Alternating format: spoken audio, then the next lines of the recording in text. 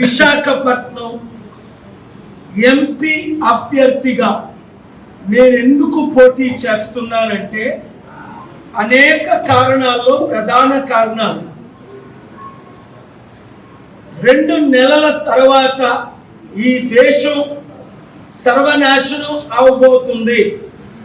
ఇప్పటికే శ్రీలంక, సుడాన్, వెనజువెలా లాగా మోదీ గవర్నమెంట్ నెలకి 1,00,000 కోట్లు అప్పు చేసి ఒక వ్యక్తికి కుటుంబంలో 5 ఉంటే 5 కోట్ల రూపాయలు అప్పు అయిపోయింది.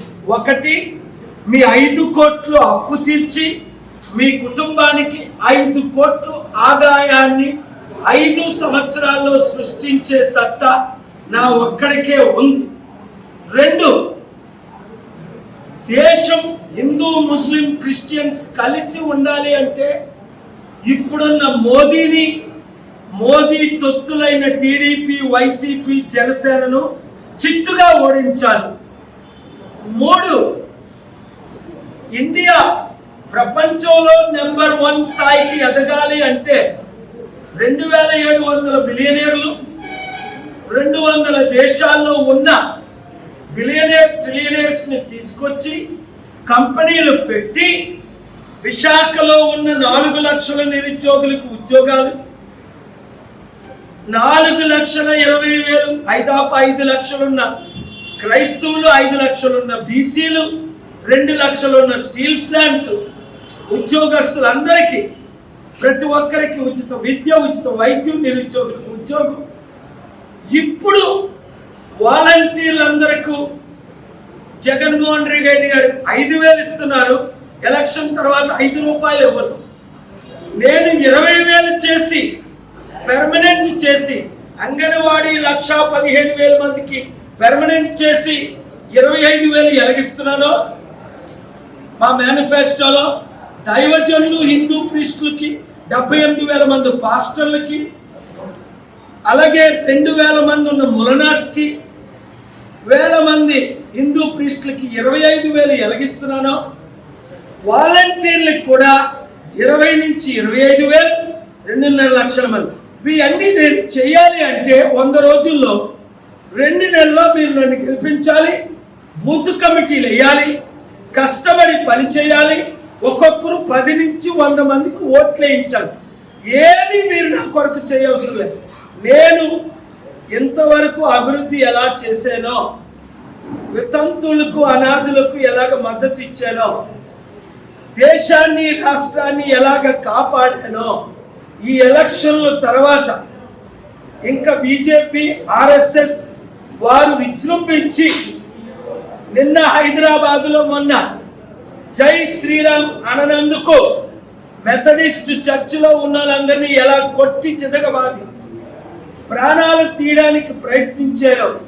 అలాంటి సంఘటనలు మణిపూర్ లాంటి జరగకూడదు అంటే, హిందూ, ముస్లిం, క్రిస్టియన్ అందరూ కలిసి ఉండాలి అంటే, అభివృద్ధి చెందాలి అంటే ప్రజాశాంతి పార్టీ తరపుని ఎమ్మెల్యేలుగా పోటీ చేస్తానని టీడీపీని విడిచిపెట్టి, జనసేనను విడిచిపెట్టి, వైసీపీని విడిచిపెట్టి కాంగ్రెస్ లో ఉన్న వాళ్ళందరూ ఆ పార్టీ ఇంకా లేదు కనుక ఆంధ్రప్రదేశ్లో మనతో చేరుతున్నారు. కాబట్టి ఈ శనివారం సాయంత్రం 6 గంటలకు విశాఖపట్నం మేఘాలయ హోటల్ ప్రక్కన అసిల్మెంట్ జంక్షన్ దగ్గర మన ఫంక్షన్ హాల్కి రండి. మీ రెజమీలు పట్టుకొని నిరుద్యోగులందరికీ ఉద్యోగాల గ్యారంటీ సర్టిఫికెట్ ఇస్తున్నాం. గెలుపు మనదే. మనల్ని గెలిపించడానికే జగన్మోహన్ రెడ్డి సిద్ధం అని బోర్డు పెట్టారు.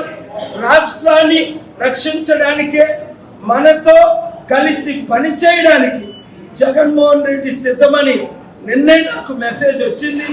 ఆయనతో ఎవరో మాట్లాడారట. అదే నిజమైతే జగన్మోహన్ రెడ్డి గారు నన్ను 1 వీక్లో కలిసి పని చేయాలని పిలుపునిస్తున్నాను. మోదీ లేదా చిత్తుగా వైసీపీ, టీడీపీ, జనసేన మోదీ తొత్తులు ఓడిద్దాం.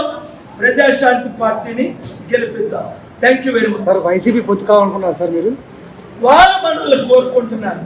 వారు కోరుకుంటే విశాఖపట్నం బొత్స ఝాన్సీని ఎంపీ అభ్యర్థిగా నిలబెట్టకూడదు. అది అనౌన్స్ చేయాలి. జగన్మోహన్ రెడ్డి గారు కలవాలి. లేదు అంటే వైసీపీకి సర్వేలో తేలినట్టే 50 సీట్లు కూడా రావు. రాసి పెట్టుకోండి. సార్ విశాఖలో క్రిస్టియన్స్ ఎంతవరకు మీకు మద్దతు ఇస్తారు? 4,20,000 మంది క్రైస్తవులు, 420 మంది కూడా వైసీపీ కానీ టీడీపీ కానీ జనసేన కానీ ఓట్లేరు. ఓట్లేస్తే వాళ్ళు మోదీ తొత్తులని తెలిసిన తర్వాత బైబిల్లో మాటలు, మేలైనది చేయనెరిగి అలాగు చేయని వానికి పాపము శ్రమ, వాళ్ళు దేవునికి శాపగ్రస్తులు అవుతారు. ఎందుకంటే నేను వచ్చిందే దేవుడు పంపగా.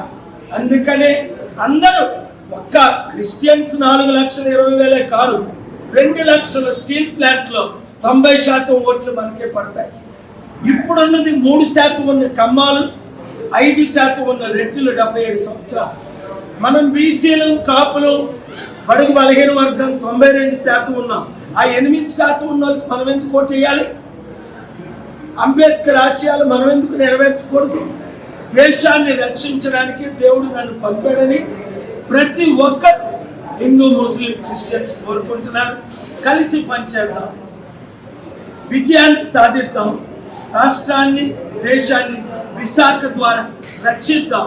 మన విశాఖ సత్తా నరేంద్ర మోదీకి బీజేపీకి చూపిద్దాం.